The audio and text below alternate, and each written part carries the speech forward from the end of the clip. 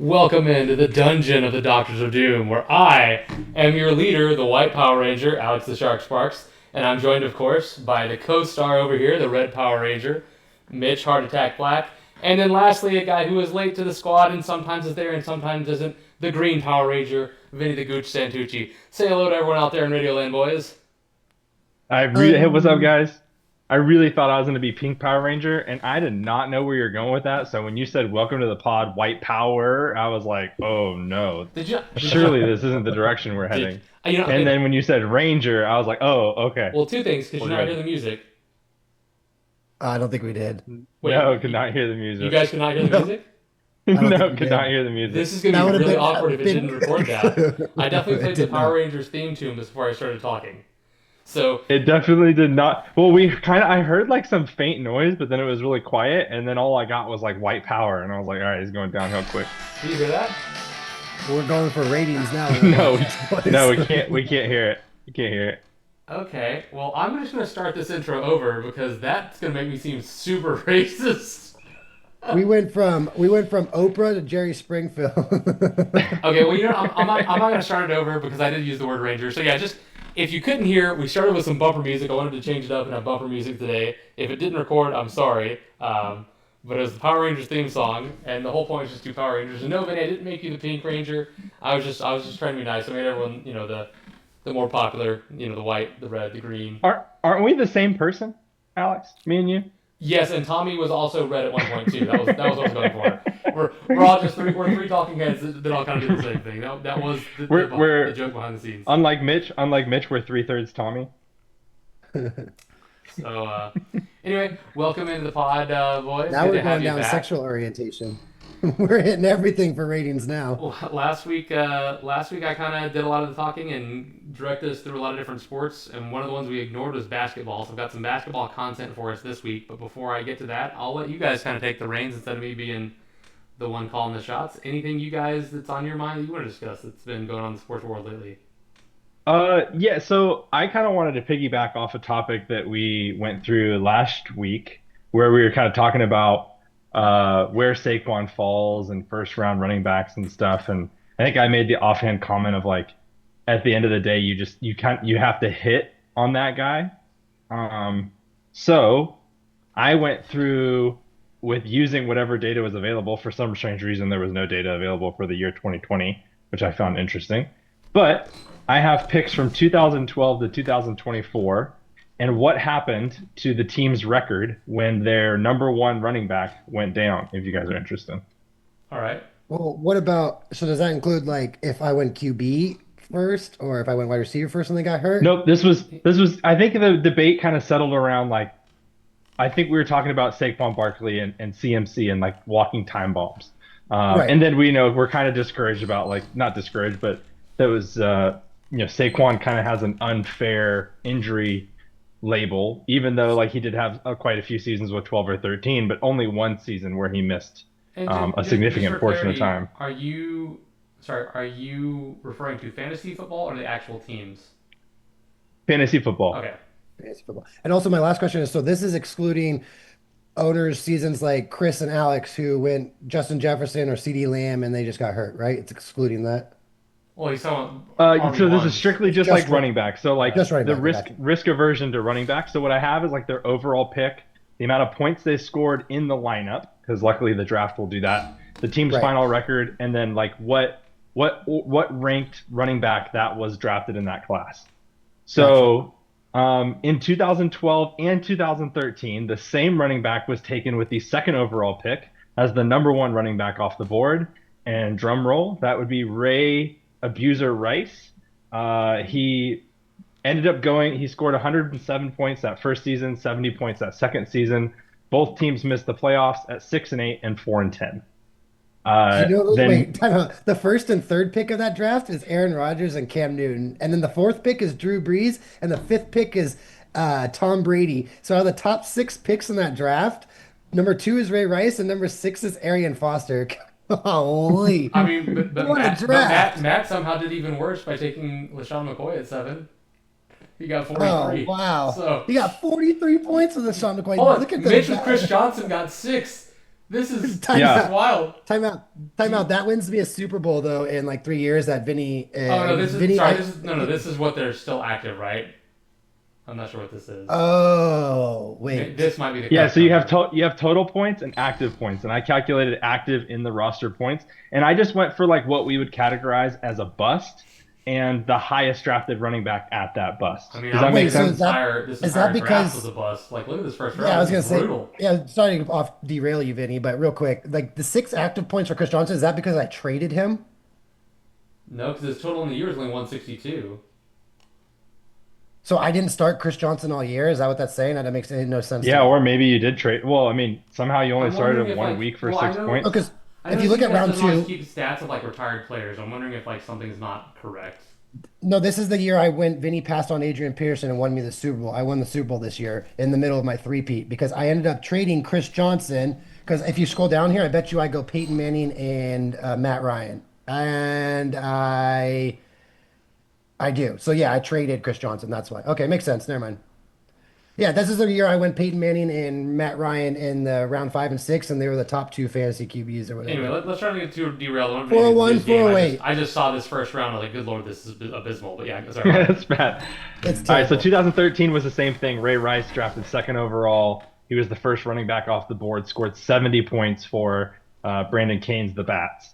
That team finished 4-10. 2014, at pick number 5 and second running back off the board was Adrian Peterson, who scored a whopping 8 points in Mitch's lineup.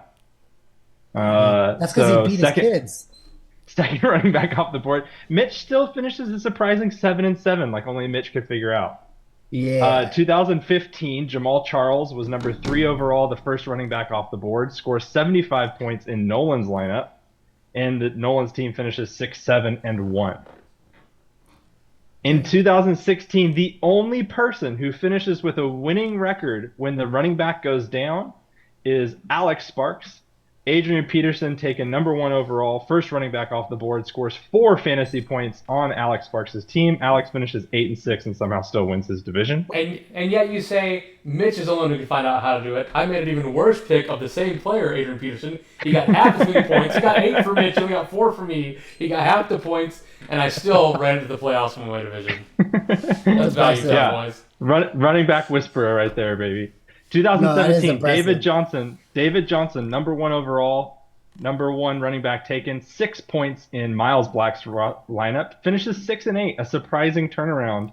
But I don't know if you're noticing a trend. The number this 1 probably- running back off. This probably isn't Go good ahead. for me, but like as a fantasy player, I don't remember David Johnson.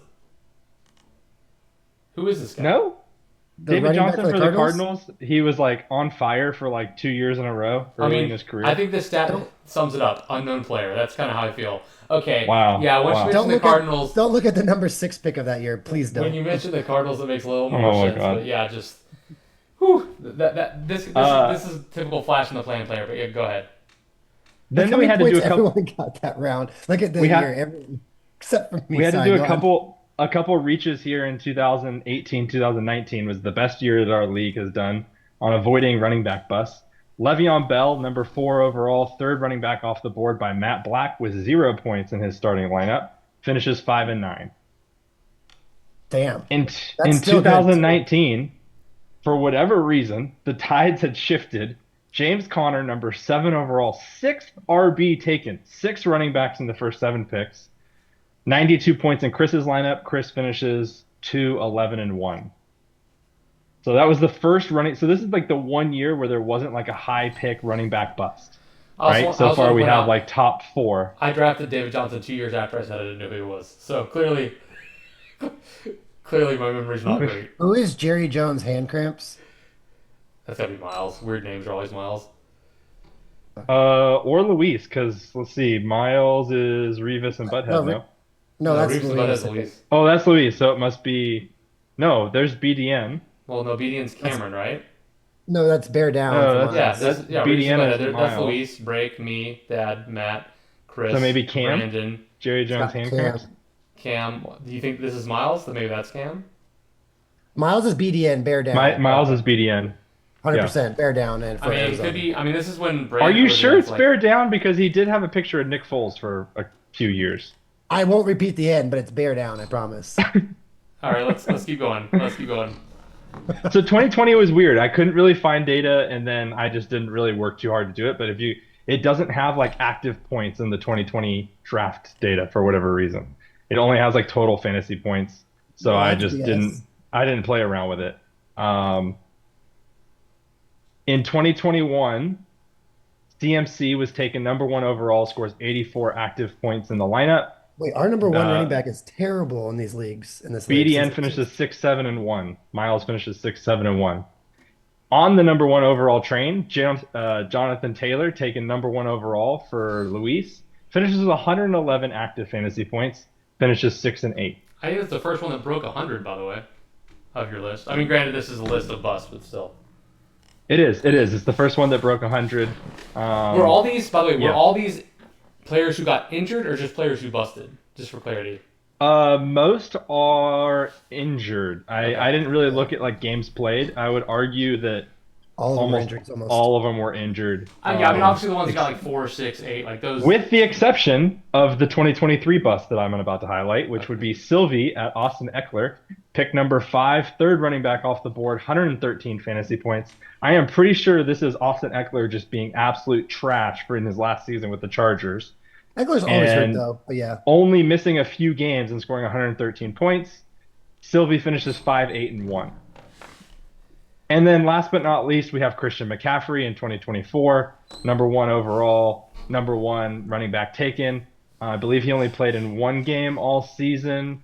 Gummy Bears finished 3-11. So this is just something I kind of put together where it's just like, Pretty good. hey, we're talking about where do we draft CMC, where do we draft Saquon Barkley, and at the end of the day, you cannot miss on that top 5 running back and or else you're not even going to finish 500 unless your name is Alex Sparks That's right, boys. in Wait, 2016 I with Sure. Adrian finished Peterson. exactly 500. Yeah, exactly 500. So That's Alex not is the the same as outlier. Game 6 winning your division and making the playoffs. Just saying. So Alex Just is the saying. outlier. And you Alex also is the got twice outlier. as many points as I did out of Adrian Peterson. Twice as many. 8-4. That's pretty good.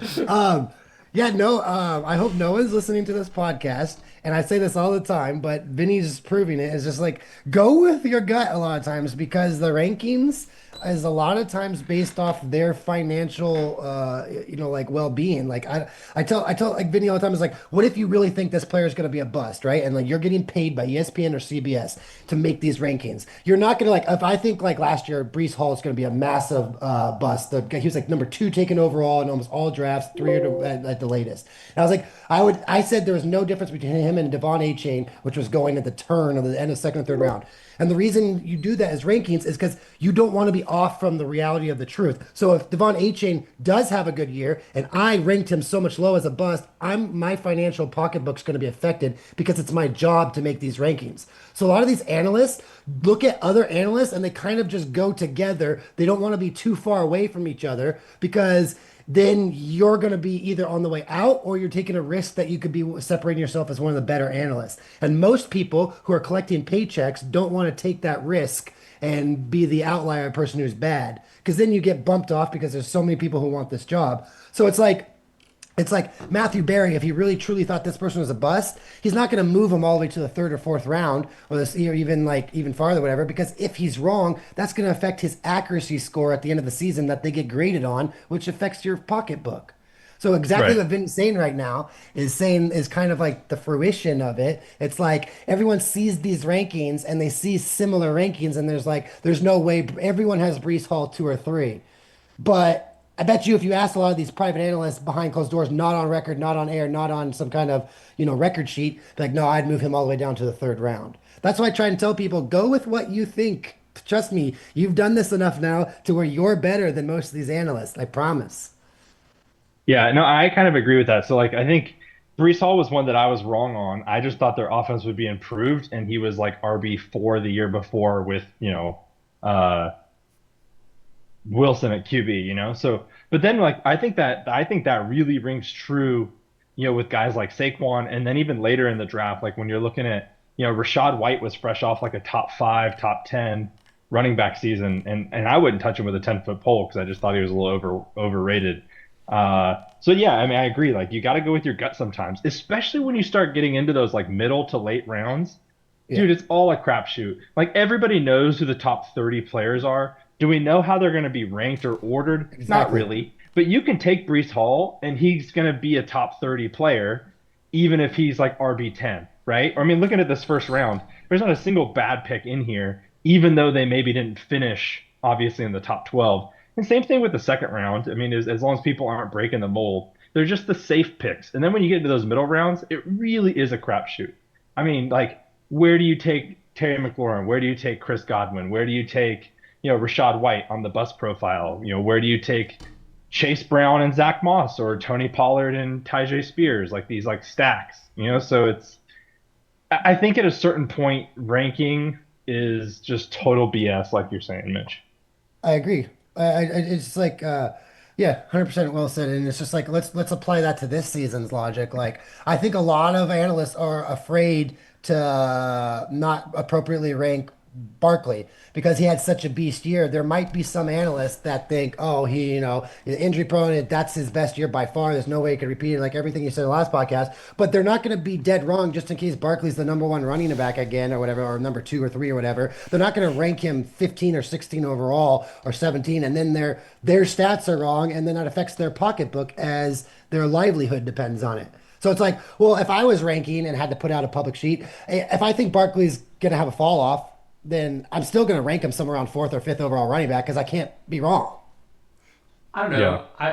I mean, looking at some of these, I think these guys kind of put their money where their mouth is. Like at least Jamie Eisenberg. This is non PPR rankings, and he's got Jamar Chase at 1. Like you're going out on a limb if you're making that pick, right? Yeah, dude, big time. But that's also, I think wide receivers are historically the absolute safest floor.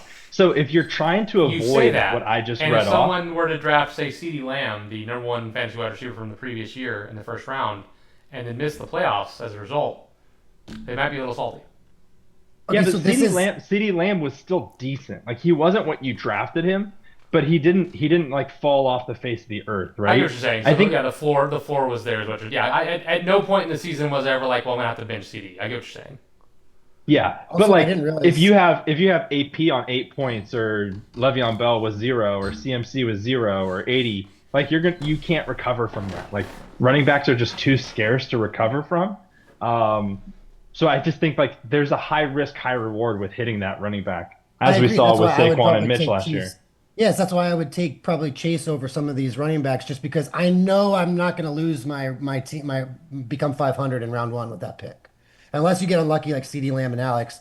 I agree, and also it's very interesting. I didn't realize they just released these rankings, like the Eisenberg ranking you just looked at. I'm like, he hasn't They're done from rankings today. in months. I follow him. It's like this morning. Yeah. It's literally like this morning. Well, So and you I know the haven't problem had is time to look at this yet, I but don't that's understand how interesting. they like do these calculations because like okay, the overall consensus at number 2 is Saquon. Well, they have Saquon at 6, 3, and 2. It's like I don't know how that's the number 2 person, but interesting. Every single one of them has Bijan as the number 1 fantasy running back.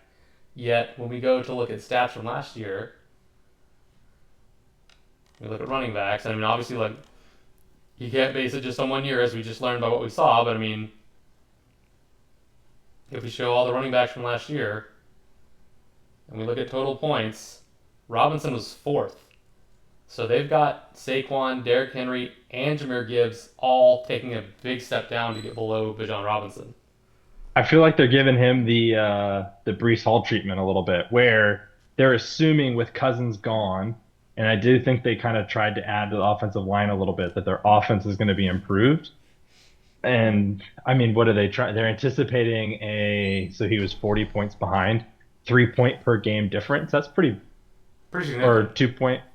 2.5 points. That is pretty bold. That's a pretty bold assumption. I think though, like Mitch said, I do think that Bijan has the highest Upside. floor of the group in this with the upside. Yeah. Because I would say if you're going for upside, I don't really want to say it, but Jahmyr Gibbs is upside central, right? Yeah, for sure. But that's a very high risk pick. Yeah, I think the risk there Um, with him like so many changes in Detroit, it's a pretty big risk. I think he might be the What if one of 2025 the what if player one of for the my changes? spreadsheet. Yeah, what if the change is that they're not going to split back anymore? Then even with a different play caller, Jahmyr Gibbs is the number one fantasy running back. Yeah. Yeah, but And I would like the to. counterpoint to that is he might be more likely to get hurt if he's getting more of the workload, right? Like true, some true. some guys aren't meant to have the carry the rock that many times. So Look, I know Bookie Alex, what do Irving you? did good last year. I know Devon A-Chain did good 2 years ago, but having Genty that high ranked by these guys is wild to Yeah, me. dude. I was just about to the ask Raiders Alex have what he thinks nobody of that. else and they feed the rock to their running back straight up. They just give the like they're gonna give him the ball 30 times a game. Then Bijan should be appropriately ranked. I don't. I mean, obviously, like whatever people listen to this podcast, whatever. But Samantha and I were just talking the other day, and she was like, "Oh, who do you have as the best running back next year?" I was like, "As of right now, I think it is Bijan." And this was like 4 or 5 days ago before these rankings came out. So I think I said it on last podcast as well. So it's like You- I'm not sure. Yeah, looking at this, like if I have to draft between Bijan, Gibbs, and Genty as the top three picks, how is Bijan not the clear cut number one? Like. Outside of Saquon, Mitch's guy. Well, yeah, my guy Saquon. We don't talk about the guys I like Yeah. to draft though. I hope Mitch. I I hope mean, Mitch drafts. I hope he drafts 12th, just so like Saquon doesn't. If I draft one pick in front of Mitch, and even if I don't like Saquon, I'm drafting Saquon because if we allow that to happen, I would just be so mad if he goes off again. I'd rather him die on my roster than go off on Mitch's roster. Speaking of, if anyone in our viewer lands has any ideas for ways to figure out a draft order, please think of them now over the next month or so and submit it to us because I will. I know Chris is on board with me. Chris and I will do anything but the Wheel of Destiny. Chris keeps getting the number one overall pick. What's his beef with It's the cursed him. You It's guys are cursed right on him your so wheel. bad. I put a lot of work into that wheel. Alex, I complain a lot about the year Adrian Peterson beat his kids and I didn't have a team, or the year Andrew Luck got hurt and I drafted him first overall. Like, I complain about that, but nothing is as bad as drafting number one overall 2 years in a row and that guy playing probably 3 games, or the both Yeah. of them Hold playing on. for 3 games. I can't give Chris a pass though because I'm sorry, Chris. I don't know. You know what? You never show up to the pod, so I'm not sorry. Chris knew when he drafted this CMC? year that CMC was not going to play to start the year. So like when he made that, now he didn't know he was going to be out all season, but like he knew the risk involved with that pick. Last year's different because he got hurt, but this year he knew going in this is not a day one starter. I don't know how serious his injury is or when he'll be back. And he still decided to make that pick. And I'm not saying he's That is wrong a for doing terrible that. history, by the way, I'm in not- fantasy that's- football. I'm not that is a saying he's terrible wrong history of for success. rolling that dice because look, if he comes back week 6 and he's CMC again, that could be a league-winning play. So I'm not knocking him for doing that, but I'm just saying it's not like he took a clear-cut number one gonna be the guy and then the guy got hurt. No, he took a guy who, based on his past, when he plays he's great, but he didn't know when he would play, and then he just never played. Also, one thing that hasn't been coming up when we're talking about, because we're not talking about dynasty, we're not talking about keeper, we're talking about redraft leagues. One guy who's not on this list, and we haven't mentioned that's a running back, Derrick Henry. What do people just think he's not gonna be good anymore? There's only one of these experts. Yeah, he's has not even Henry. on the screen. He's only on the screen for one of the experts. Oh, Neither sure, of you yeah. mentioned him when you talked about which running backs to choose from between Bijan, Jahmyr Gibbs, and I forget the third, Genty, and then Barkley. Like, what are you guys' thoughts on that? I mean, Yeah, I'm the taking top him over five is Achan for sure. I think Achan is a very risky top 5 pick, or top 5 running back. If you One, take the two, running three, back four. from Baltimore in the last 7 years, you have a fantasy relevant player. It's just as simple as that. Like Derrick Henry And- has to be higher. And here's the thing, this is non-PPR rankings, and what's absolutely wild to me is, like Mitch said, a 20 touchdown running back is always going to be ranked super, super high.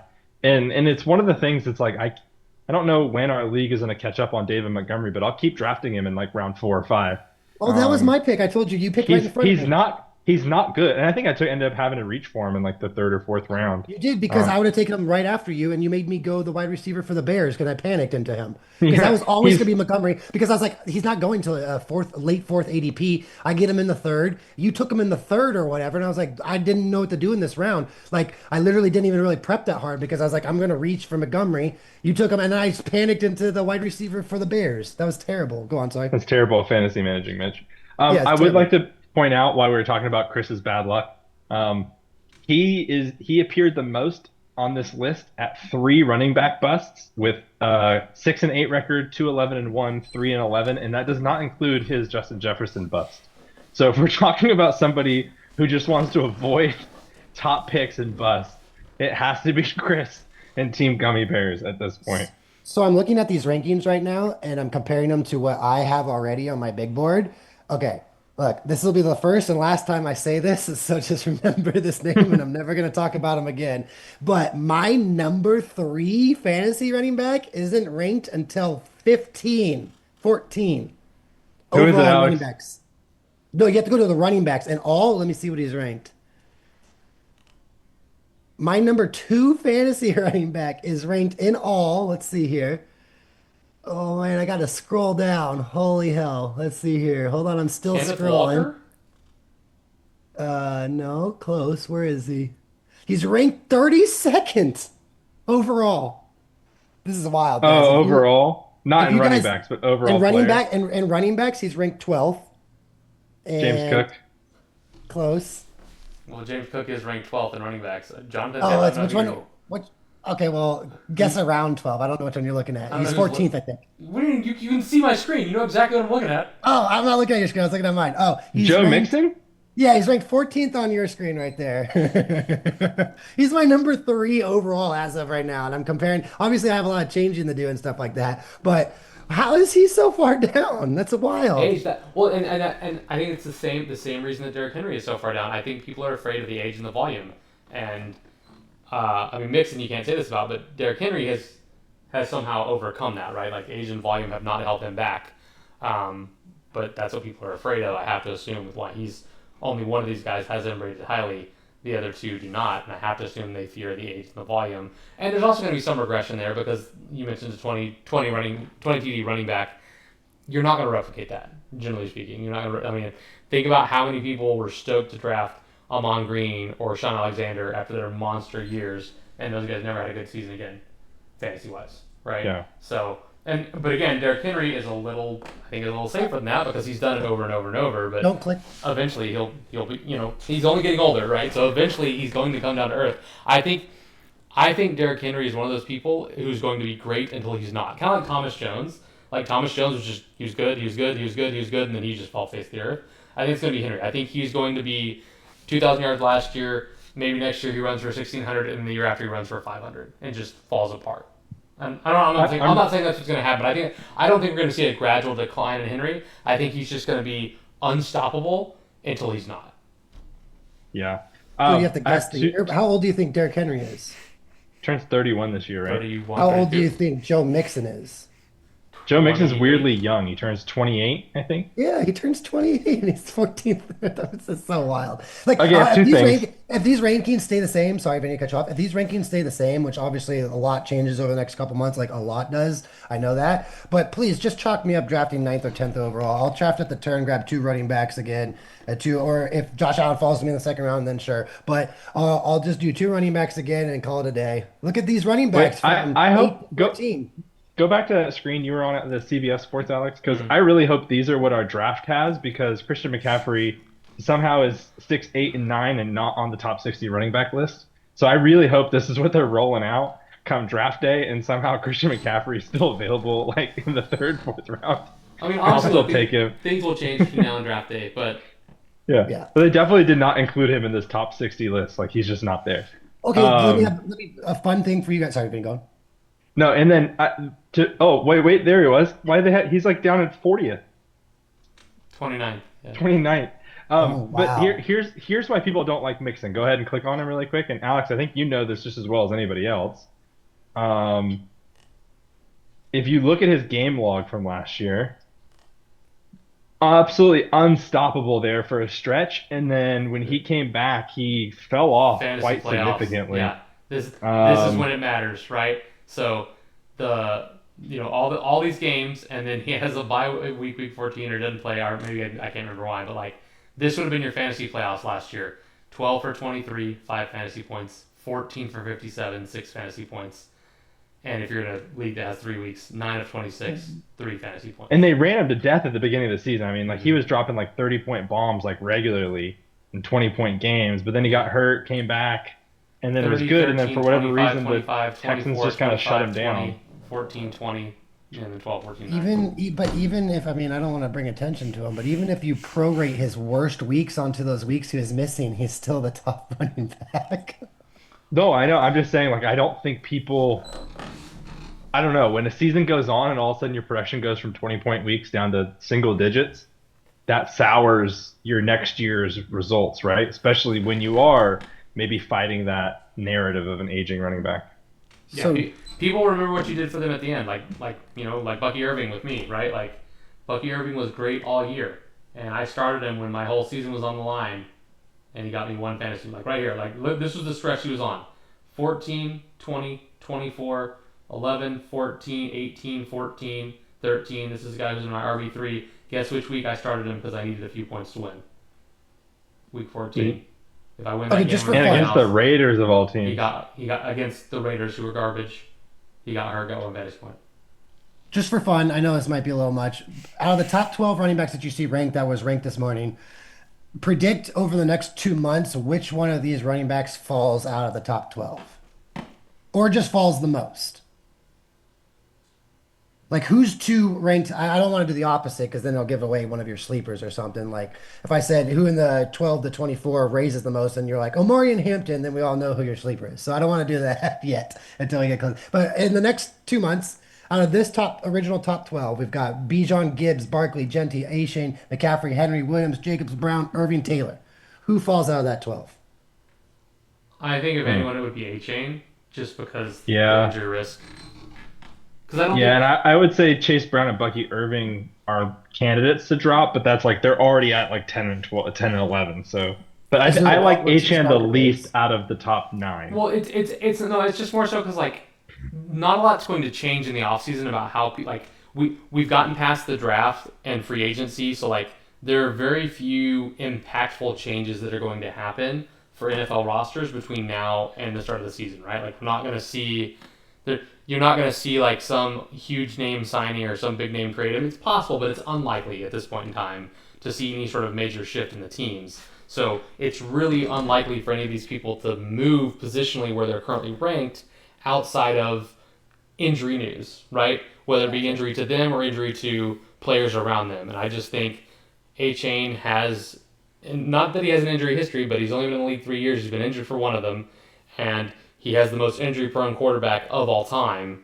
So I think there's a greater likelihood that either he or Tua are going to get hurt in the next few months, which will impact his fantasy value more so than I'm worried about that happening to any of these other guys. Vinny? Just A-Chain then? Uh, yeah, I mean, I'm not a big fan of Irving or Chase Brown, despite what they did. Just because I don't think they've solidified themselves in that top tier list. So that would to me would be kind of the easier low hanging fruit. If I had to like go with one guy that I think is going to bust a lot harder that you're going to invest in, um, I'm just going to go Gene T because I just have no faith in the Raiders offense or a Raider player in general, or really a rookie running back. Like they gave the Bijan treatment like 2 years ago. Bijan generational goes to a decent offense in Atlanta and finishes what like RB10 his rookie year, 11 or 12, like not just top for 3 or 4 just for like he was clarity being though, then drafted. like Mitch, wasn't the question who do you think is going to fall out of the like prediction rankings, not like the actual Yeah. the way they play. So like I'm not. This isn't me saying that I think A-Chain is not going to be a top 4 fantasy running back. This is me saying between now and the start of the season, which of these is most likely to fall as far as where they're ranked in the preseason or Correct. ranked beforehand. That's why I Correct. picked A-Chain. I mean, I get what you're Oh saying. yeah. Like, yeah, I'm definitely I'm not super high on Chase Brown, just like you, Vinny. But like, I don't see what's going to happen in the next 3 months that's going to make people say, you know what, Chase Brown's not ranked that highly. I don't see what could possibly happen between now and the start of the season, other than player injury or player acquisition. And since player acquisition is pretty low chance of happening right now, I think player injury is really the main factor that can affect where people are on this list. I mean, maybe a Here's rookie could Yeah, move yeah, up yeah. if there's like some report that like, oh, so and so's killing it in training camp. But I don't know that RJ Harvey or Marion Hampton killing it in training camp is going to jump 6 spots, right? So Here's a Man, decision all I I know is I hope these rankings stick because I same. will feast in the second and third round. And if anyone's Same. judging these rankings, by the way, yes, they are CBS rankings, and they are definitely sometimes different than what a lot of other websites and outlets have. But this is where we do our draft. This is where our league is hosted. So that's why I pulled these up. And it that's just where, happened today, so that's why. and that's where Vinny had his. Status. But yeah, like I mean, here's another list, right? That's fairly different. It has Saquon at 1, right?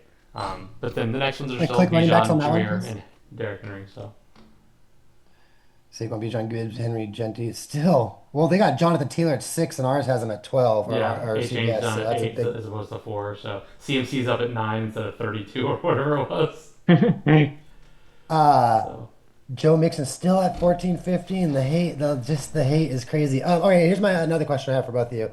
If let's say you pick third or ninth, would you rather have like a Jameer Gibbs, Saquon Barkley, or Bijan Robinson, or would you rather have two of the bottom running backs? So like let's say Josh Jacobs and James Cook, or Jonathan Taylor and Joe Mixon, or something like that. Would you rather have the one stud that can win you a Super Bowl, a chance at, and I'm not saying it has to be Bijan Gibbs or Barkley, it's pick whoever you think's the best there, you know what I mean?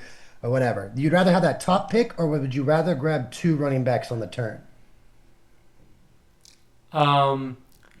So this is gonna be more of like a personal bias thing, but like I had drafted in the last 4 picks of the draft. I think like 4 or 5 years in a row before I finally got a pick in the top half of the draft this season. So just for that reason alone, it might be kind of nice to draft in the top half again. Also, Gotcha. when you draft in the and like kind of redeem myself from last season, but also when you draft in the top half of the draft, like yes, you can lose it if you pick the guy that gets injured, but like it's really hard to like feel bad about like making the wrong choice, because like you said, that when there's 3-4 guys that like are in a tier above everybody else, like I think most people would agree these 4 are in a tier above everyone else, right? So if you pick 1 through 4 and you take one of these tier 1 guys, even if they don't work out, you still feel like you made the right choice. Whereas if you're pick 9, 10 and you're having to pick like, okay, which 2 of these guys, like H.A., Right. McCaffrey, Irving, and Williams, like you can absolutely hit a home run, which would be better overall, but you could also make the wrong pick, and that'll eat you all season. Like, you could be the guy that's like, oh, you know what, I'm going to go with Bucky Irving because he killed it last year, and all of a sudden they decide Rashad White's the starter again, right? And so it's like, Right, so that's what I'm saying is, would you rather chance the 2 or take the shot at the one superstar? just for my own mental health, I would take the shot at the superstar. But if you're legitimately trying to win your league, I think you have a better chance if you home run it with the 2, at the turn. I mean, we saw that with Dad's draft last year when he went Derrick Henry and I forget who else. Like he made, I forget his first Justin 2. Jefferson. Yeah, was it Henry Jefferson? Like he went Henry Jefferson back to back, and like that was just Yeah. an absolute amazing pick on the turn. Like everyone came out of the draft loving his team. It didn't work out for him. He didn't win it or anything, but like he had a great team that people loved for a large portion of the season. Then he had to He step could have away, also- just me and you now, Mitch. But yeah. He could have also gone Derrick Henry and Jameer Gibbs instead of going Derrick Henry Jefferson. But yeah, I get what you're saying. Yeah. So that's what I was thinking too. It's like, do I want a chance at one of the top studs, one of the top 4 guys who seem to be in their own? Obviously, take it from this list that you're looking at. Take out Gentry and put in Henry there. One of those top 4 guys, or do I go double up on the bottom guys? That's going to be something I need. I mean, it's not going to be up to us because it's going to be up to the Wheel of Destiny. But that's something I will be thinking about for the next month for sure. I think it really just depends on how you feel about the player. So I'm gonna use Vinny as an example. He said he's not very high on Chase Brown or Bucky Irving, right? So Sure. Vinny at that turn position, he might be happy taking a Jonathan Taylor and a James Cook, we'll say. So let's say that he's picking 9. He might be very happy to pick up these 2 guys because he believes in both of them. And then if they don't work out, but Irving and Brown do, he'll still be okay with it because he wasn't high on Irving and Brown. He was never going to make that choice, right? Whereas someone who's like, honestly, I like all 4 of these guys, I don't know which way to go, you might beat yourself up about making the wrong choice. So Right. I think it just depends on if there's some guys Right. that you're really happy with, or conversely, if you are honestly happy with all of them, then you're like, you know what, I don't care which ones fall to me because I'm going to be happy with, because like the hard part's going to be if like I really like Taylor, but I don't like Brown and Irving and Cook, and then Taylor's the one that's gone when it's your pick. Now you're in a position where you have to draft someone you don't even like. True. In the first round. So yeah. True. Assuming the guys you like fall to the end, I guess, is the caveat. Yeah, so it depends on how many guys you are high on, and if there's any that you like really really believe in. Kind of like you said, you really strongly believe in Joe Mixon, even though he's this low, right? So like for you, you would probably be down to pick number 9 if given this draft order. I'm not saying this is what it's gonna be, but like because you'd be able to pick up Mixon on the turn, right? You know what I mean? Right. Where and be happy with that. Whereas someone who wasn't as high on some of these guys might not be. So it's like I can either have James Cook and Joe Mixon, or I can have Barkley or Bijan. You know what I mean? One of those guys, or I can have Bijan, or I can have James Cook and Joe Mixon. It's kind of like how that's really like that's why it's like I wonder if these running. Yeah, it's tough because a lot of these running backs will probably change rankings before this draft, so it's whatever. Yeah, I mean, and for context, right? Like I had James Cook 221, and another person that's down there is what Jonathan Taylor. We'll just use these two next to each other. So I mean, this gives you 436 fantasy points, whereas both these guys you go over 300. Jahmyr Gibbs almost 300. So like, it's like, could the guy you get in the late second round get you the difference 30 point difference? You know what I mean? So you scroll down to like someone who's at 140. Yeah, so like, could you pick up a Rico Dowdle or Tony Pollard or J.K. Dobbins? J.K. Dobbins, Najee Harris. Yeah, that's tough. I don't know if I can get those guys. Those guys are so hard to pick every year. Those guys are so random every year. Like Ramondre Stevenson, come on. Yeah. Yeah, dude. It's a rough. But anyway, sorry I had to hop off there just for a second. But Okay.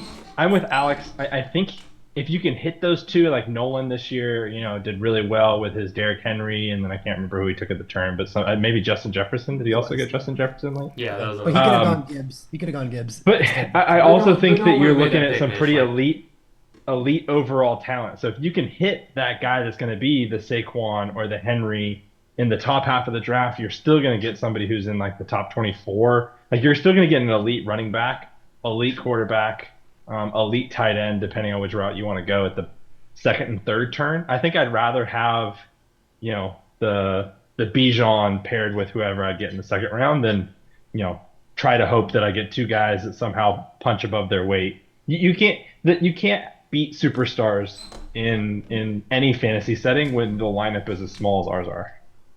True. So now I'm back to wanting a top 4 pick instead of an 8 through 12. Got it. Yeah, I mean, that's why we play the games, right? It could really go either way. All right, let's. If you guys are cool with football talk, I got some basketball stuff to talk about because we haven't really talked basketball yet in the last couple of weeks. I'm not a big basketball guy, but I felt there's been some sports news that I wanted to cover. If that's cool with you guys. Yeah. Yep. I mean, if you guys still if there's something more you want to talk about for fantasy football, by all means, I'm not going to stop you. No. Okay. No, we have. No. This is good for that. Okay, yeah, so there are a couple of quotes going around. Actually, I guess, hold on, there is one more football thing. It's a football quote that was going around. Did you guys see what was said today about Aaron Rodgers? 100% agree. Terry Bradshaw, 100% agree. Quote, Rodgers to the Steelers is a joke. So, and there was some debate on what he meant. Did he think that Rodgers was a joke? Did he think it's a joke that destroyed the franchise, that the Steelers is trying to rent a player for a year? I don't know, but I did find it interesting that a guy who is very, very vocal because he has a platform, being part of the Fox broadcast team, obviously a Steeler legend, is out here saying that Rodgers to the Steelers would be a joke. And since Mitch, I know you're the biggest Aaron Rodgers fanboy, your thoughts? The only thing more of a joke than that statement is Bradshaw's career stats. That's the only thing more of a joke than that. I mean, it's just so ridiculous how little he did for those Steelers teams when you could actually have dynasty teams under those old cap rules and old NFL rules and all that kind of stuff. Like, I mean, he had he's not even. I mean, he won 4 Super Bowls. Good job. I agree. But bro, your contribution to those teams is not even like half of what Rodgers does to his teams. Making Jordy Nelson a Hall of Famer is the greatest accomplishment in and of itself alone. People know who James Jones and all these guys are because they were Rodgers' wide receivers.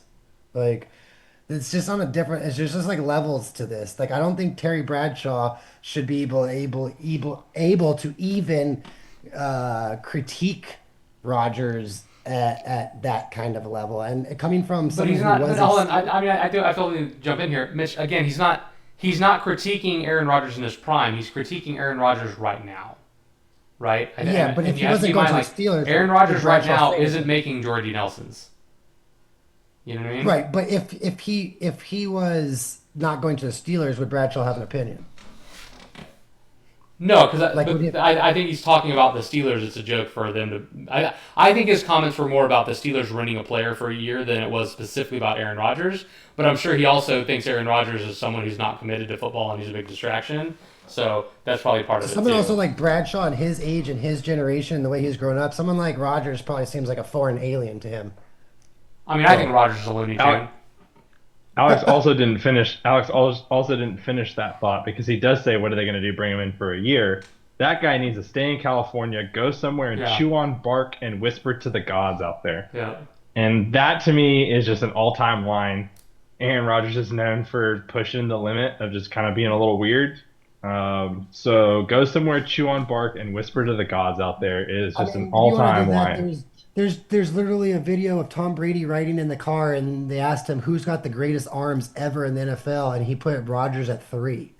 But So again, Mitch, no one, and I feel like He you're also always, kisses his. at no point has any of us in any of our discussions about Aaron Rodgers over the past 30 weeks of this podcast have we been talking about how good Aaron Rodgers was in 2014. That's not what we're discussing. I'm not discussing how yes, good Aaron Rodgers was in 2018. I'm talking about how bad he was in 2024, how bad but he he was in wasn't the second half of the 2023. season. In 2023, he didn't play. He literally played 2 snaps, one offensive Yeah. possession, and blew his Achilles. Hey, 2024, he had 4,000 yards and 30 TDs. I just want to point out, I mean, did you not see all the stats we just went through about when you take a guy in the first round and he doesn't deliver? I mean, Well, no one's taking remember when Rodgers Bray in the took first Aaron round Rodgers in the except first for round and me. didn't deliver? Except for me. I took Rodgers in the first round and won a Super Bowl in this league. Okay, so let's Yeah, but let's what year back was up a that? second. What year was that, bud? I don't know, like 2013, 2012.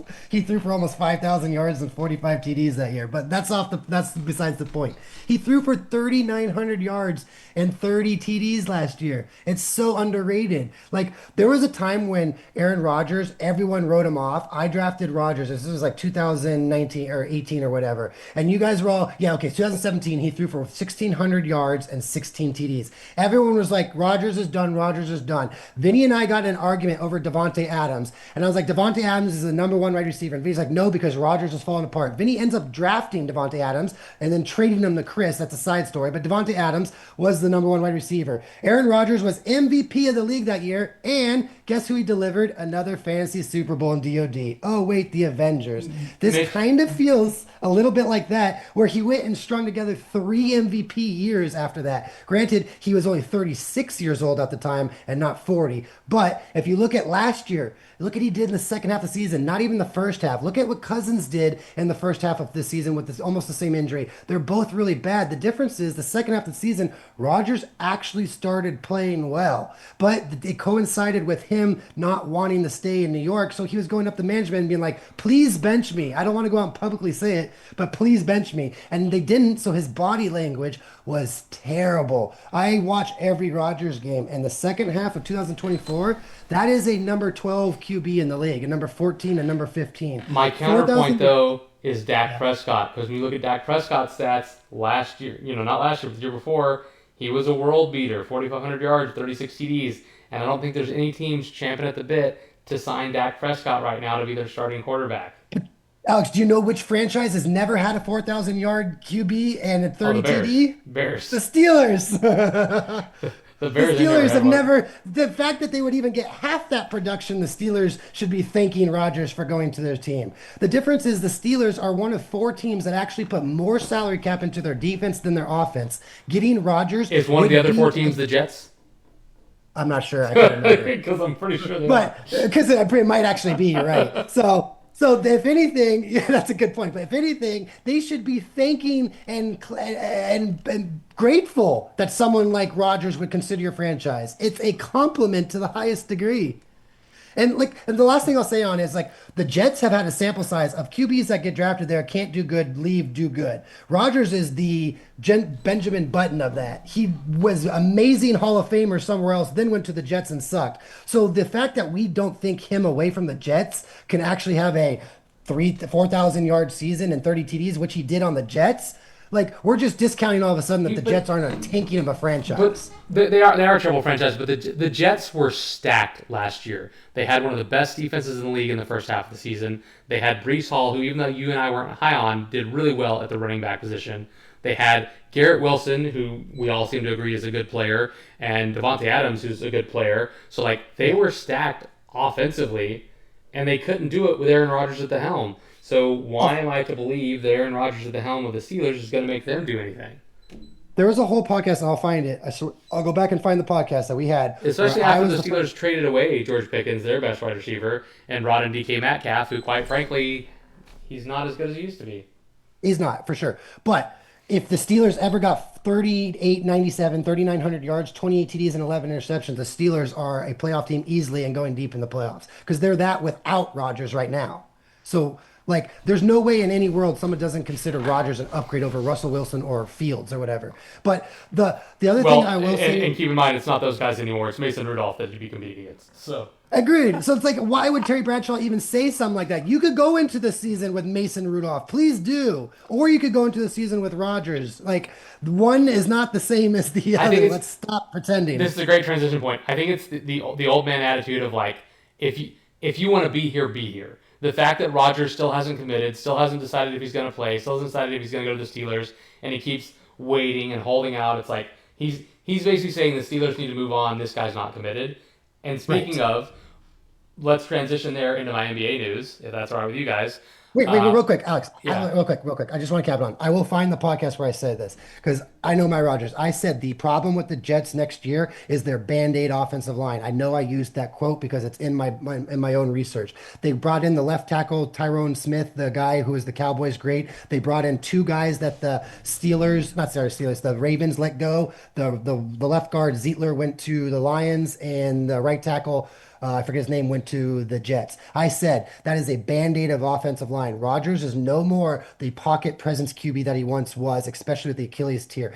If he can get on a team, and I'm not sure where I have the Steelers' offensive line ranked, if he can get on a team to where he has a serviceable offensive line, he can play like he did at 37, 38 years old when he won a league MVP. That was 3 years ago. It's not that that's an Achilles tear away, and 3 years ago he was league MVP. But that's because that Packers offensive line was amazing.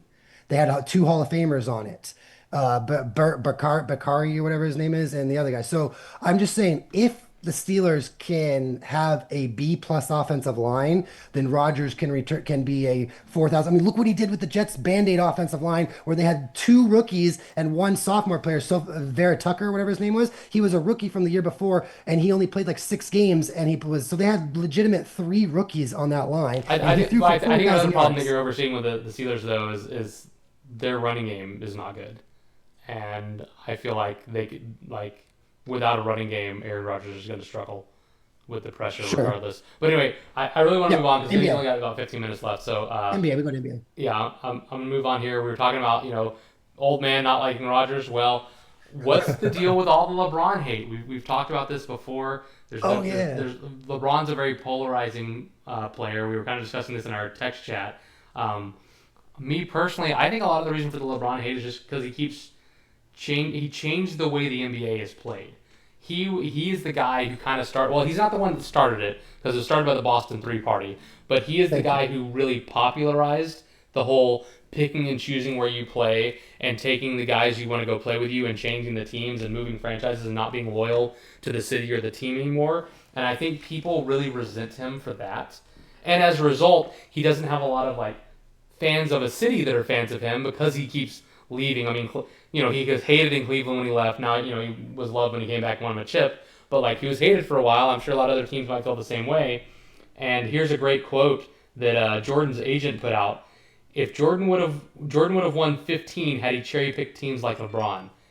And I can't help but say that... Yeah, sorry, go on. I can't help but say that I think that's kind of true. I mean, Jordan won effectively 6 in a row. Yes, it was 3 and then a couple years off, then 3. But those couple years off, he wasn't playing in the NBA. So of the years that he played... playing with the same team, and yes, the team was great. I'm not saying they weren't, but he won 6 in a row. Are you telling me if, Jordan can't without Pippen? Well, what if Jordan could have been like, hey, I want to play with Patrick Ewing, or hey, I want to play with Karl Malone, I want to play with John Stockton, and Jordan could have picked and chose his teammates like LeBron does? Jordan might have won 15.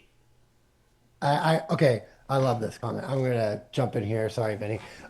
First, let's start with where you ended with Jordan. They traded with the Seattle Supersonics to get Pippen. That was definitely cherry picked. Second of all, they could never get past the Pistons or the Celtics. In Michael Jordan's career, he never beat the Celtics and he never beat the Detroit Pistons until they cherry picked the Pistons' second best player behind the point guard Isaiah Thomas. They got Dennis effin Rodman, who's considered one of the greatest players of all time.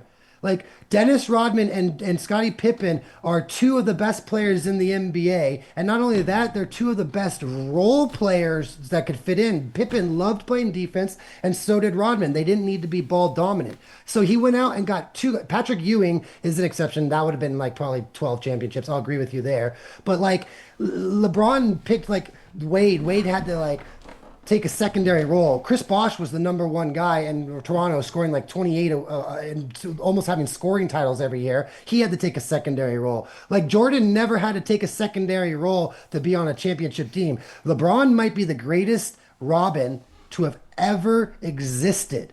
And that is a massive compliment, in my opinion. He can willing Yeah, but in a to league of go into, Batmans, do you really want to be known as the greatest Robin? And also that's true. the counterpoint that I'll make to that, and Yeah. and I can see those are good points. But the counterpoint that I'll make is Jordan didn't have to go anywhere to get people to come to him. He got people to come to him. True. LeBron couldn't get people to come to him. And like Cleveland, people are though. going to say, well, it's because he was in Cleveland. He's also been in LA and he couldn't get people to come there either. He got one Yeah. guy to come to LA. He couldn't get anyone else to come there. Like it's not like everyone's chasing LeBron around. I just feel like he's not. You know what I mean? I don't know. I just there's something polarizing about LeBron. Love him or hate him, and I think most people it's the hate him. And in full disclosure, I don't. I just kind of don't care. I'm kind of indifferent about the NBA in general. I Sure. don't hate LeBron, but also don't. I also don't consider him to be the greatest. I think Michael Jordan is the greatest. Well, And maybe I should let Vinny go because he was the one kind of explaining some of the hate for LeBron. For me personally, it comes down to a couple things. Like if he's not a problem socially, and I mean like murder, drunk driving, domestic abuse, those let's type go of on record things. that the Doctors of Doom podcast is in no way accusing LeBron James of being a murderer. So please don't come at us. Anyway, go on. No, I'm But saying the like as long as producer you of the don't have Doctor and like Duke, the producer Muted, is muted. also unsure of the fact that there may be evidence that he was at Diddy parties.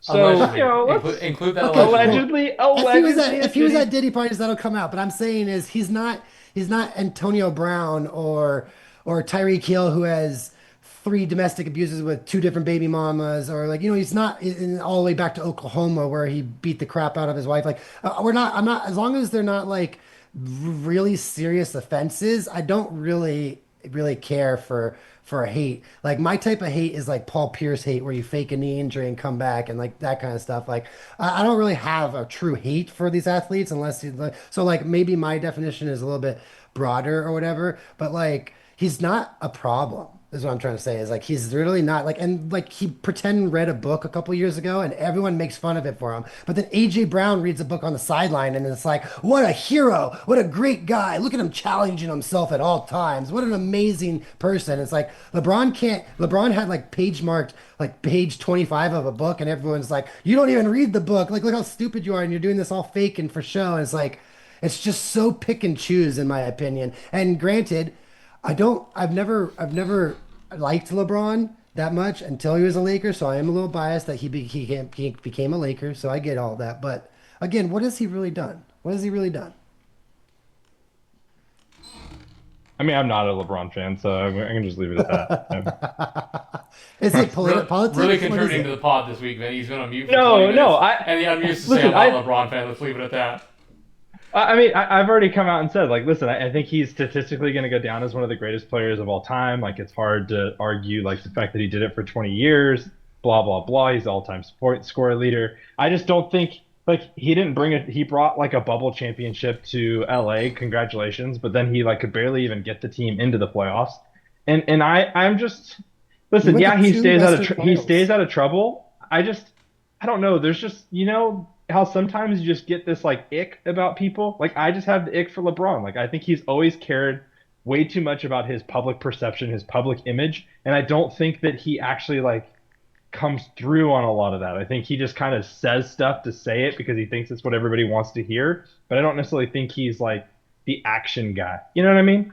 Sure. But I Like will say everybody that wants to talk about this school that he opened, and then nobody wanted to talk about the fact that the school failed so miserably. You know, it's like, great. It's a great, like he put his money where his mouth is, but then I don't know. Sometimes I can't tell if he just does stuff so that way people will be like, look at me, I'm LeBron, I'm such a good guy, or if he like actually is a good guy. And I haven't been able to figure that part out. And I've never liked him as a superstar. I just didn't think, I don't know. I don't think LeBron strikes the fear. I think like Mitch said, he's a Robin. I think that says enough. I don't have to say anything when you just called him the greatest Robin of all time. Like yeah. Robin's not in Marvel movies. I mean, That's was a DC character. neither is Batman. Batman. Neither is Dang it. Batman. Not a great Robin's argument. not in these. Yeah. But we get what you're saying. But like the idea was like he's not even making the cut. Like he's like a Bucky, you know? Bucky's pretty important. I mean, the most recent Marvel movie, The Winter Thunderbolts, Soldier. features Bucky quite prominently. You're really not helping to an argument by not being up on this whole comic book thing. If you're gonna use comic books for analogy, you really need to be on point with what you're talking about. So He's like a nerfed Hulk. He's like a nerfed Hulk. There we go. He's Robin to who's like the worst, like George Clooney Batman. Who do we put down as like the worst Batman? Ben Affleck.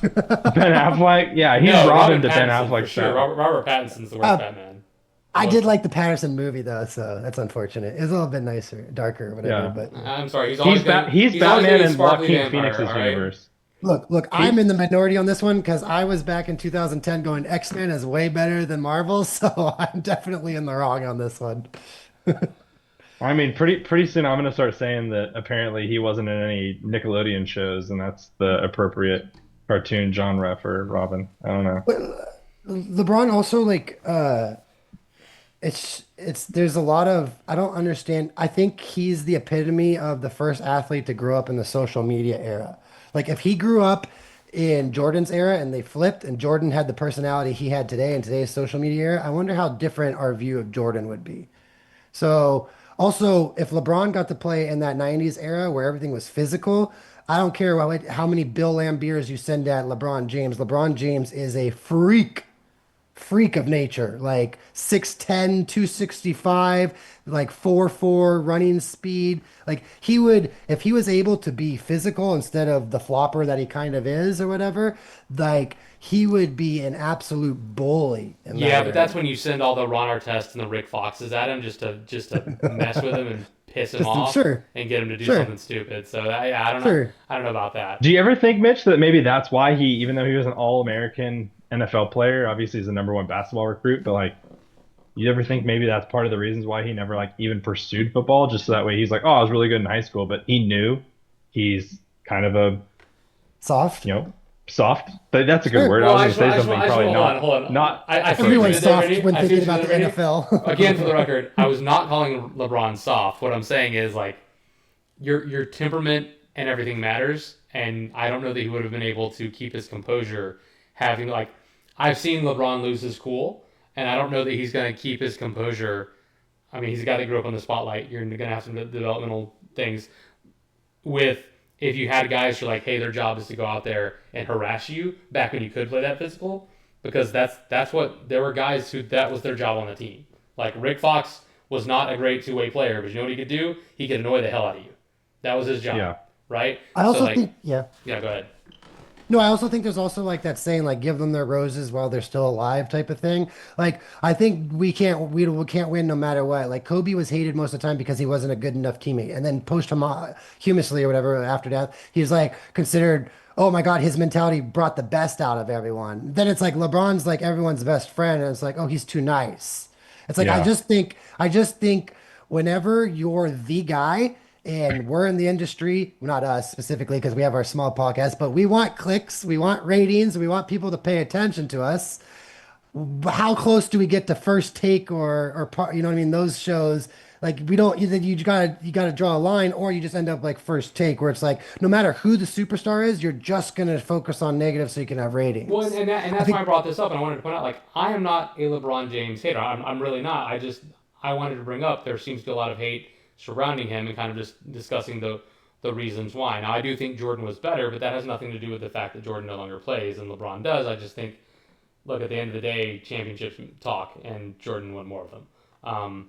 And he also dominated the league in a fashion that we haven't seen since, and probably never will, to win 6 consecutive. But yeah, I'm not. I agree with you, Mitch. Like I'm not 6 consecutive. I didn't bring this up just to be like a hater or consecutive. negative, but I brought it up because like I see it a lot. I see a lot of LeBron James hate, and I was just curious because Jordan's agent made that quote, and we were talking about some LeBron James hate earlier in the week, so I figured I'd bring it up on the podcast. Just for the record, and last thing, I don't think you can grow up. Sorry, go on. I don't think you could grow up liking either Jordan or Kobe and then Like conversely LeBron. like LeBron. That's a I great just don't point. think it's possible. You've great got point. completely different mentalities, and if you believe that a certain mentality is like your vibe, you're not going to vibe with LeBron. Now, if you think your vibe is like the facilitator, this kind of all-around great basketball player, so what? He passes it maybe in clutch situations or he flops a lot. Like if you're cool with that and like you grew up in that era, then you're gonna love LeBron. If you grew up with Kobe and Jordan, you're not gonna like LeBron. If you grew up thinking that basketball should be physical and you should have this killer mentality and you should always want the best out of people, you can't have it and then like LeBron. Agreed. Kobe had 3 friends his whole career. His whole career, he had 3 friends. One was Cron Butler, Derek Fisher, and the other one was Phil Jackson. 3 friends his whole career. And everyone's like, oh, Mamba mentality. Well, what's the Mamba mentality? Have no friends, alienate everyone in your life, and to be the greatest ever, like, and try and walk in the greatest shadows of someone else. Like, and now everyone's like, oh, Mamba mentality. Mamba mentality. Like, did you watch Kobe from 97 to 2008? It was not all that enjoyable. And hey, I know you're not talking directly to me, but just for the record, the reason I'm a Kobe hater has nothing to do with his mentality. I'm a Kobe hater because he cheated on his wife and allegedly raped that girl.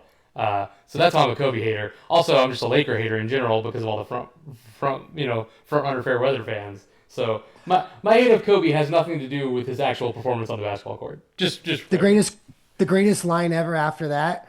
In a deposition, in a legal deposition, what do you call it? Deposition, whatever it's called, deposition for rape trial. He said in a deposition, I should have done what Shaq did and just paid my women. And so Shaq had problems with his wife after that. And so he what are you talking about, Mamba mentality? He was an a-hole. Like let's be real here. Like I love Kobe. I could tell you everything about his career, but the first 9 years of his career were kind of hard to deal with. Well, and even in Jordan, right? Like Jordan was a gambling addict, and he had a lot of not so nice stories about him as well. So I mean, there's reasons to dislike all the guys, but it just seems like it's a lot more polarizing around LeBron, whereas most people remember Jordan fondly. Most people now, like you said, posthumously. Humously remember Kobe fondly. Even I was never someone who liked Kobe, but if I happen to throw a piece of trash in my trash can and it goes in from a great distance, I'm saying Kobe. I know what that means. I get it. It is, well played. What's funny is I've seen the younger generation, no joke, Alex, in the last 6 to 7 months when I go play pickup basketball, they now say Angel Reese when they throw up shots. Dude, I saw a quote from Caitlin Clark saying she wished she hadn't fouled her because if she'd known it was just going to be such a big deal, she would have let Angel shoot, miss, get her own rebound, shoot, miss, get her own rebound, and then foul her. So that would be the clip. Oh, man. All right, well, one other piece of NBA news, not even talking about the playoffs, ironically, but another piece of NBA news is, what's his name? Shea Gillis, what's his full name? Shea Gilgeous-Alexander. Thank you, Shea Gilgeous-Alexander, Canadian-born player, wins the MVP, continuing the trend of international dominance when it comes to NBA MVPs. What do you guys think is the reason that the MVP over the past few years has pretty clearly been international-born players? I know what you're asking. Just the same reason about the draft, right? Why does it go to certain teams after certain years? The number 1 pick? Because it's rigged? I don't know. I don't think it's rigged though. Like when you look at how well these guys played, like you know what I mean. When you look at the Greek Freak, or when you look at what's his name? The Serbian dude. Can't think of his name. Jokic, thank you. So when you look at Giannis the Greek Freak, when you look at Jokic, when you look at Luka Doncic, when you look at SGA, like these guys had MVP caliber seasons and won the MVP, but this is like international dominance when it comes to MVP. What's happened to the local talent? I mean, obviously there are more international players in the NBA now than there used to be. Basketball's become more popular overseas. That they're playing at a younger age. I understand why there's a rise in international talent, but it seems to be there's a not congruent. Maybe that's the right word. An equal Theme? drop in U.S. born talent at the same time. What's that about? Uh, that's a great question. The only way I can answer this question is SGA and Embiid don't deserve MVPs. They just didn't want to give it to Jokic for 5 or 6 straight years. That's my only true answer I to mean, this. but So even then, they didn't want to give it to Jokic, which again is another international born player. And when we're talking about like who are all the best like U.S. born players, we're still talking about guys like LeBron, Curry, who are old, like yeah, Curry comparatively, old. right? Young. By the way, he's younger than me when I say old. But comparatively, we're still talking about like, oh, who are the best, players here that are U.S. based. We're talking about like, oh, well, James Harden had his team on a run, and LeBron had his team, and oh, what is Kevin Durant doing? They didn't make the playoffs, but still, it's like when we're talking about the best players that are like American-born players, they've been around for a while. Where's the young, new American-born talent that that's good at the game of basketball that we've historically been the best at? Well, in the early 2000s, it went Nash, Dirk Nowitzki. That's pretty foreign. But yeah, I agree with you. I don't know. I don't know where it's coming from. It's just um, yeah, I don't know. That's a great question. I honestly don't think Embiid and SGA should have been MVPs. It should have been 5 years in a row for Jokic. And you can even argue the second year of Giannis, I forget, 2019 or 20 or whatever, could have gone to Jokic. So really, it could be 6 years, 5 years minimum. Could be 6 years in my opinion. So I don't know. I don't know why. I feel like this year it's like we could give it to Giannis or Jokic, who have already won multiple MVPs because Giannis won two, Jokic has won three. Oh, let's just give it to Shai Gilgeous-Alexander. Like that's just what the voters do. I feel But like. but but I Um, don't know. I agree. I agree. The NBA MVP voting is kind of bogus. But but even give it let's to say if they you give give it it to to Jokic Alexander, again, it it'd still be expands the the same game. thing. It'd still be since 2019. It'd all be foreign-born players. And when you go back True. to when the U.S. born players, the guys I just talked about, I even forgot Steph Curry. But it's like, oh, who are the great U.S. born players? Well, James Harden, Durant.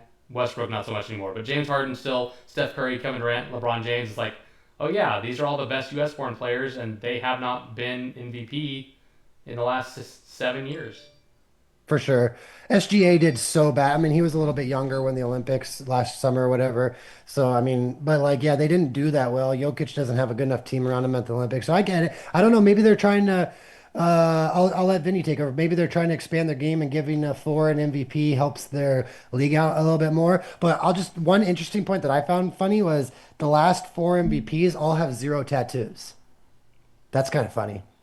So that's interesting as well to me. There's zero tattoos and they're all foreign. So the Uh, tats are the problem. So that's where the American talent went. It went to the tats. It's like in the movie Space Jam where they touched the basketball and it took their talent away. So the, there's the, the the tattoo tattoos. deal took the talent out.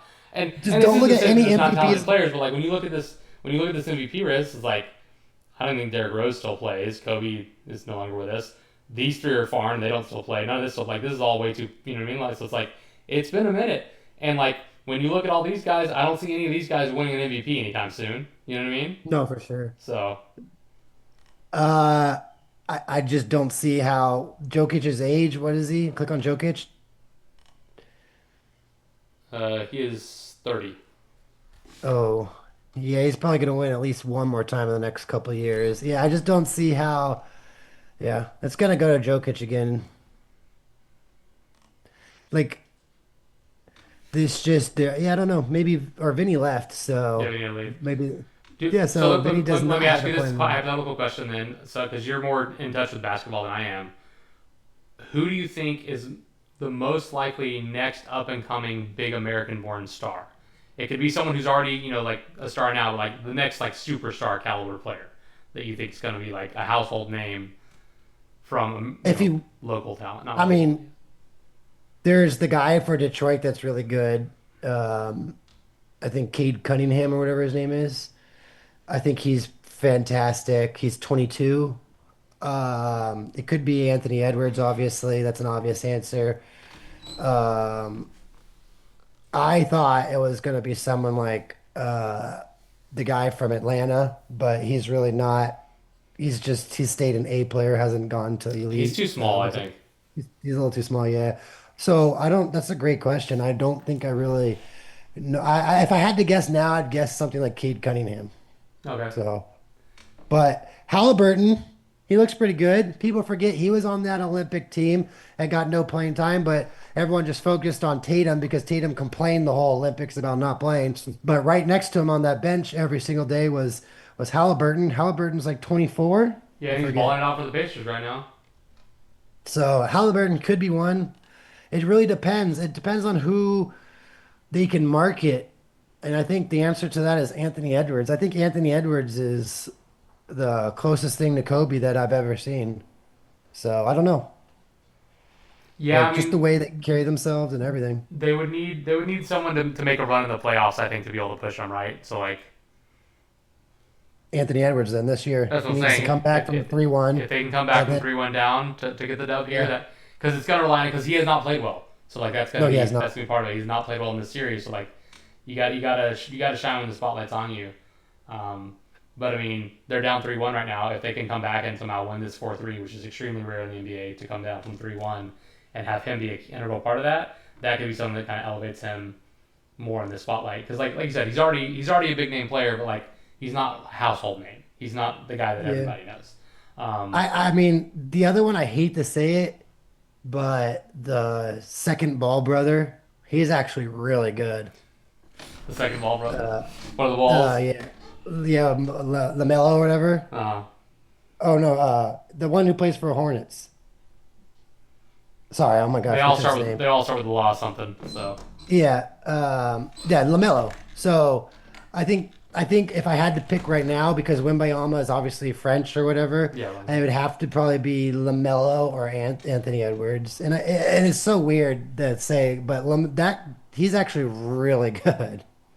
Because Lonzo was so bad for the Lakers, and then we should have just not picked well, I Lonzo. think Say, I don't think that yeah, was his fault though. I think that was a case of like kind of like a Kardashian status. They marketed themselves so well as a yeah, family, like the dad specifically was able to market them so well and make kind of nationwide news, a news story out of them that like you had expectations for them, whereas that probably shouldn't have been on them. Like the expectations on them weren't based on talent as much as it was the entertainment factor. And unfortunately, once you're actually playing the game, your talent is your entertainment factor. And so interesting. I Yeah. think I think he played kind of at the level that he would have been expected to play at, if not for the fact that his dad had made them so famous. So I think they were victims of their own success in that sense. Okay, so I guess the answer, yeah, I'm going to go Anthony, LaMelo, Cade Cunningham, and then the fourth one I would say, if he ever gets out of the team he's playing with, Zion. So maybe one of those four guys. Yeah, Zion had to stay healthy for that, but yeah, fair enough, So if man. he stays healthy and goes to like the Knicks or something, you know what I mean? That would be like A, just a bigger so market, yeah, awesome. for sure. Yeah. But All yeah, right, man. that's a great question. Those are the things that I wanted to talk about today. Like I said, we didn't talk about the NBA at all on the pod last week, so I felt obligated Oh, to we can. mention It's it. fun. They are in the playoffs right now. Is there anything that you would like to discuss that we haven't? If not, we'll go ahead and sign it off there. No, I wish the CBS rankings would have came out earlier than this morning, so I could actually have looked at these before today's podcast. But I'll look at them more and have some questions on next podcast about them. All right. Oh, I did have one more question, football related, but I guess I'll save it for next Sure. week because Vinny's not here. Oh, you could tease it. Yeah. Well, okay. No, I will tease it. I'll let you think about it. So we talked about last week the tush push, right? That Sure. was a move that was banned up until the early 2000s. They unbanned it, and it took them 20 years to figure out how to abuse it. What's going to be the next big innovation, right? Like we've had things like the West Coast offense, the Wildcat formation, like these big innovations that have changed the way the game is played. It's the kickoff. The Philly special, things like that. So what is it going to be the midge pitch that we've talked about with you just hurl a guy over the line of scrimmage? But yeah, what Oh, is God. what is it going to be the next big? So that's everyone's question for next week. What's going to be the next big innovation in football, whether it works or not, that you think someone's going to run out there and try. Like it could go horribly, like that one punt play the Colts ran where they had the center lined up by himself and snapped it against It just the got Patriots. blown up. Yeah. I think it's going to be the offside, not the answer because it's a teaser, but I think it's going to be the offside rule where they're no longer onside kicks. You're going to be able to have one play. It's going to be like fourth and 25. You have to get 25 or 30 yards, and if you may do a play that gets that, then it's equivalent of an onside kick. I think that's what they were discussing at the players. I mean, not the players, the owners association, and they tabled it for next year. So next year they're going to discuss most of this year about how to change the offside thing because it's just non-existent anymore. And I think it's going to go to you can elect to run a play like a 25-yard if you get like first and 25 or fourth and 25 or whatever. And if you get those 25 yards, it's like the equivalent of an onside kick. Yeah, I don't like that. I think onside kicks need to be a thing, and I hate what they've done to the kickoff. But yeah, anyway, that's our show. I hope you guys enjoyed it. If you have any suggestions for ways to choose the draft order besides the wheel, like Mitchell said, you can send those in. Or if you have any suggestions for the next big innovation in any sport, but we mostly talk about football. But yeah, if any sport, you send it over our way, and we'll mention it here on the pod. And thanks for listening. We're out. Mitch, say goodbye. See ya.